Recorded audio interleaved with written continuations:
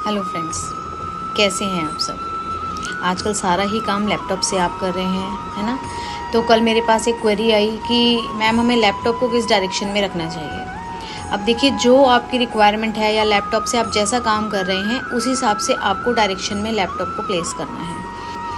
मान लीजिए किसी को इंटरव्यू देना है और कैरियर रिलेटेड अपॉर्चुनिटीज सर्च करनी है, तो उन लोगों के लिए ज़रूरी है कि वो अपने लैपटॉप को नॉर्थ डायरेक्शन में रखें।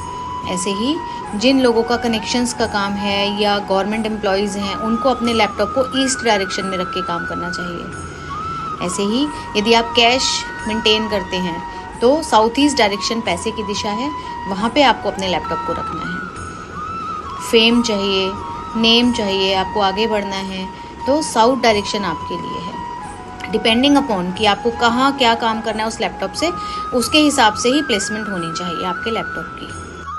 अब देखिए, कुछ लोग डेटा एनालिसिस का काम करते हैं तो उन लोगों के लिए ज़रूरी है, वैसे तो ये डायरेक्शन बहुत अच्छी नहीं है, लेकिन डेटा एनालिसिस के लिए या शेयर वगैरह का जो एनालिसिस करते हैं वो ईस्ट ऑफ साउथ ईस्ट में बैठ के भी अपना काम कर सकते हैं। साथ ही साथ अगर बच्चे पढ़ रहे हैं तो उनको बोलिए कि WSW डायरेक्शन में बैठ के पढ़िए।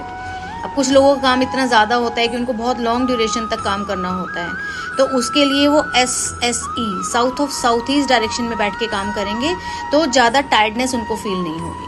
तो डिपेंडिंग अपॉन द सिचुएशन आपका काम क्या है, आपको क्या करना है। लेकिन एक बात मैं आपको बताऊंगी जो आपको बहुत ध्यान रखनी है। यदि आपके ग्रोइंग चिल्ड्रन हैं, बड़े बच्चे हैं, 14 से 18 साल की उम्र के बीच के बच्चे हैं, तो उनको एक डायरेक्शन अवॉइड करनी है, वो है नॉर्थ ऑफ नॉर्थ वेस्ट। यदि वो वहाँ बैठ के लैपटॉप पे काम करेंगे तो उनका सारा ध्यान पोर्नोग्राफी पे और एडल्ट कंटेंट देखने में चला जाएगा। So please avoid this direction.